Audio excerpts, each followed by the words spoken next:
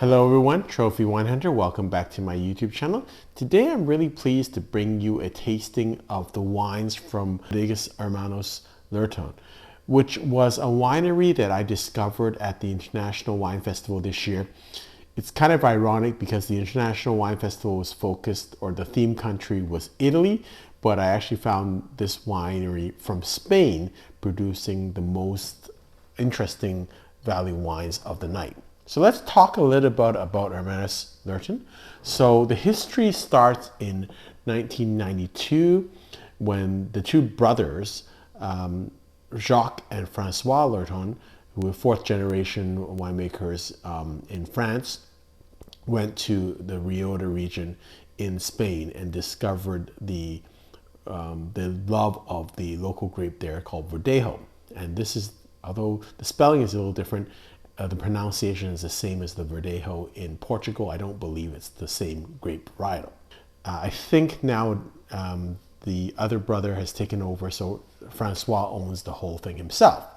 And so he created this winery, and the wines that I'm going to taste from it is their Hermanos Lurton, which is owned by them. And so they really focus on two grapes.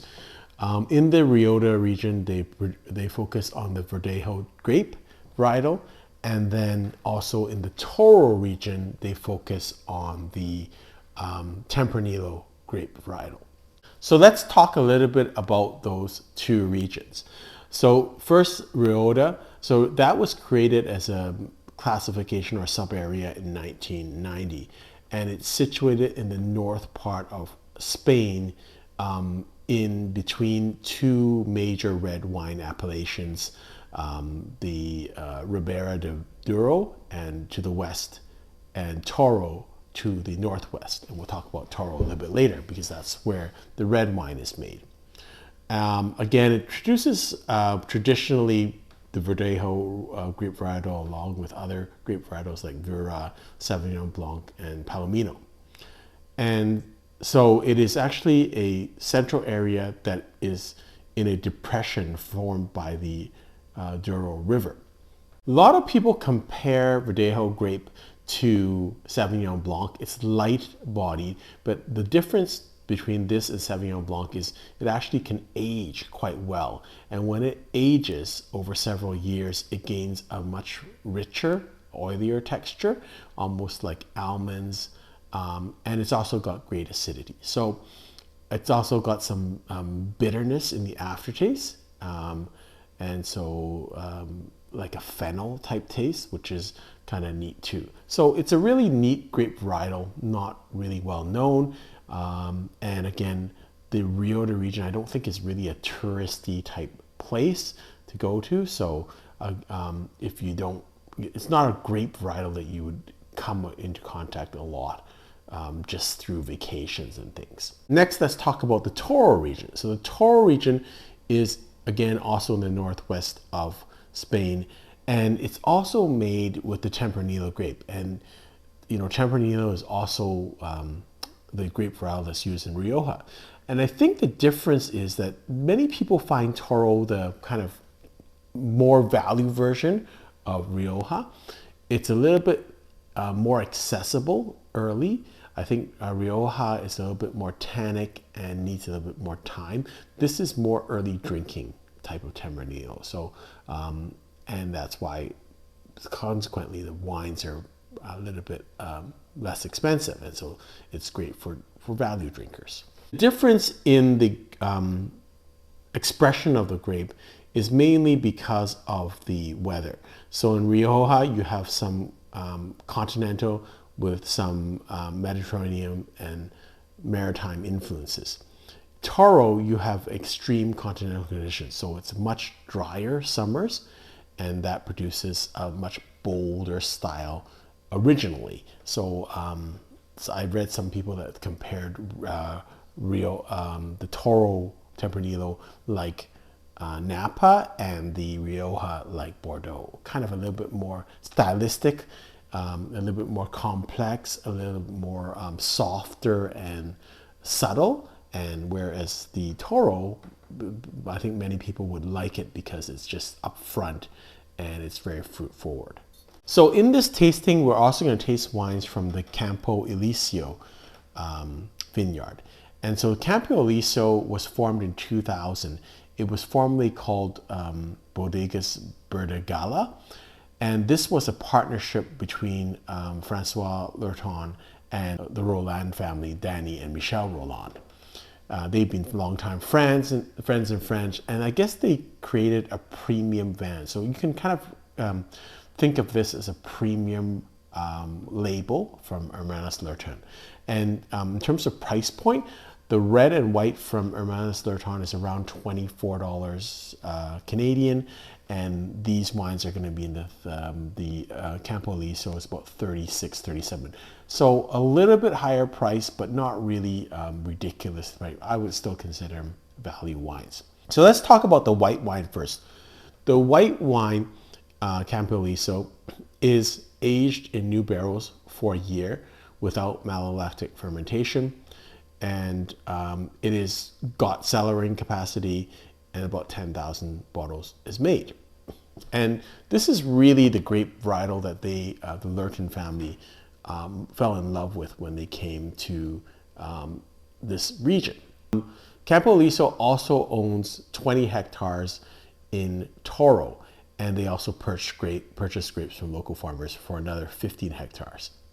And so it has been organically certified in 2015, and the white wine vineyard for Campo Eliseo was certified in 2020. So Campo Eliseo has a mix of old and young grape vines, and some of the grapes are actually pre-phylloxera, if that matters to you.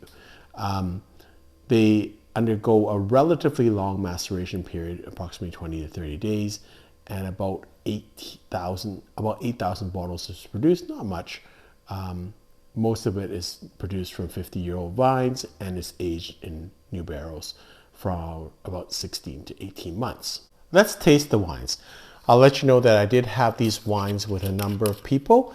I had it at the wine festival. I was really impressed with the wines. So that's why I bought them, and I'm really excited about these particular kind of value wines. So let's taste the Hermanos Lurton. Again, this is their entry level. This is basically their 100% Verdejo grapes from Reuda region. So on the smell, it's got a, I can see how it would remind you of Sauvignon Blanc right up front. It's got a grassiness, but it has that weird fennel type aroma, a greenness. And I don't think it's sharp in acidity as a Sauvignon Blanc, but a little bit more almost like an almondy taste or aroma to this.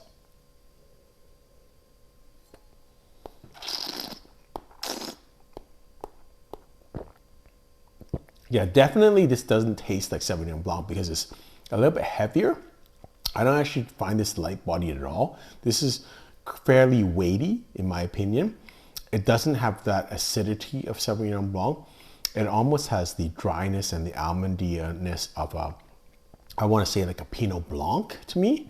But it's a nice, versatile wine. I could see this as a summer sipper. I could see this with food. And the almondiness comes out in the aftertaste also, but a nice oiliness to this. I really like this wine for the price. Great price point. I think it's, in my books, it's probably 88 points. I've seen ratings of this wine in Wine Spectator, which is quite low, like 84 points. Personally, I don't agree. I think it's actually quite a nice wine. Let's go to the Campo Eliseo. Reuda. This is the Cuvée Electra, which is also made from the Verdejo grape. So again, very similar characteristics to the Hermanos Lurton. I would say this is a little bit more aromatic in terms of its floral components to it, but fairly similar aroma.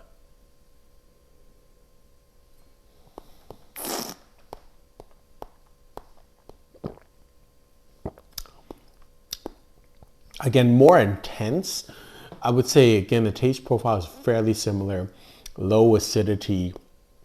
I see an oiliness and a kind of a weightiness to it. I see the almond notes. I don't see as much greenness, as much fennel in the aftertaste. I taste a lot more almondy and almost like peaches on the taste, and a little bit more intensity of flavor. So I'm going to go up to 89 points on this wine. This is very close to a 90-point wine to me. Really delicious and quite different than a Sauvignon Blanc or a Pinot Gris or a Chardonnay. Again, the most comparable, I would say, that I would think out there that most people have tasted is a Pinot Blanc, but it's kind of a more aromatic Pinot Blanc, in my opinion. Now let's go to the red wines of the winery. Let's start with the Hermanos Lurton. This is the 2021 Tempranillo from the Toro region. So on the smell, I really like it. It's very floral. I smell gooseberries. I smell some blossoms. I don't know what type of blossoms, but almost like a violet smell. Red fruit, quite aromatic. And that's why I enjoyed this wine so much at the International Wine Festival. I thought it was really open and beautiful for a value wine.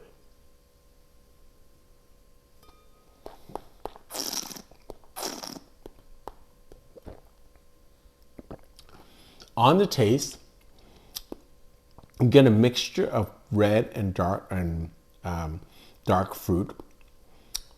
You get a nice chocolatey, toasty aftertaste. But the fruits on this, I would say, are plums, raspberries,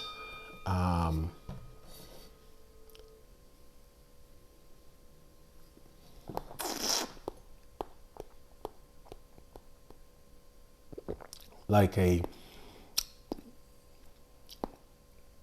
a strawberry compote almost.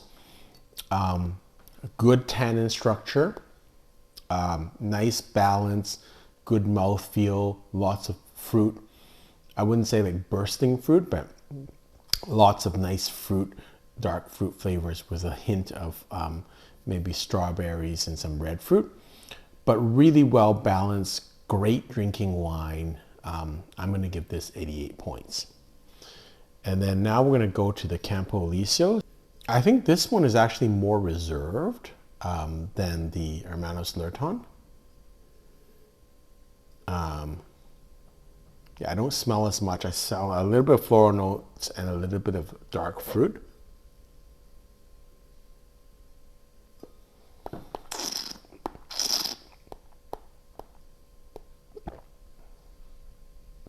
You get a lot more intensity of flavor, but again, I don't think it's as fleshy as the Hermanos Lurton. I think maybe a little bit aging. It's much more tannic. It's got a lot more dark fruit. I don't see the red fruit elements, and that's why I like the Hermanos Lurton so much. I think as a everyday drinking wine, pop and open, I think the Hermanos Lurton does a little bit better. I think for long-term aging, this has a little bit more potential. I can see that in the aftertaste now coming through. Like almost a coffee mocha type aftertaste that's coming through now. So I would rate this 89 points, but again, I think I really enjoy this for everyday drinking and current drinking. I think this one will take a little bit of time. If I were to drink it, I would probably want to put it in a decanter, and it is not as open even after this much time. I don't think it's as open as the Hermanos Lurton, which is really tasting delicious at this point. So sometimes when I rate things, I might rate it on a technical score, but in terms of, again, even though I rate this a lower score, I think it's a better drinking wine today. Whereas the Campo Eliseo, I think, has got a little bit more potential. So if you were to kind of wait 3 or 5 years, I think this would be a better wine, and this might have passed its peak a bit. A lot of sweet fruit, and again, this will develop in a bottle and in your glass a little bit better than the Hermanos Lurton. All of them are magnificent wines for the price. I really think they produce great value. I'm so glad I discovered this winery and their wines at the International Wine Festival. I think if you buy these wines at the prices that I kind of mentioned, I think you will really enjoy them. And that's kind of my experience when I was drinking with my friends. Everyone thought these were great value wines. So hope you've enjoyed this tasting, and until next time, happy drinking.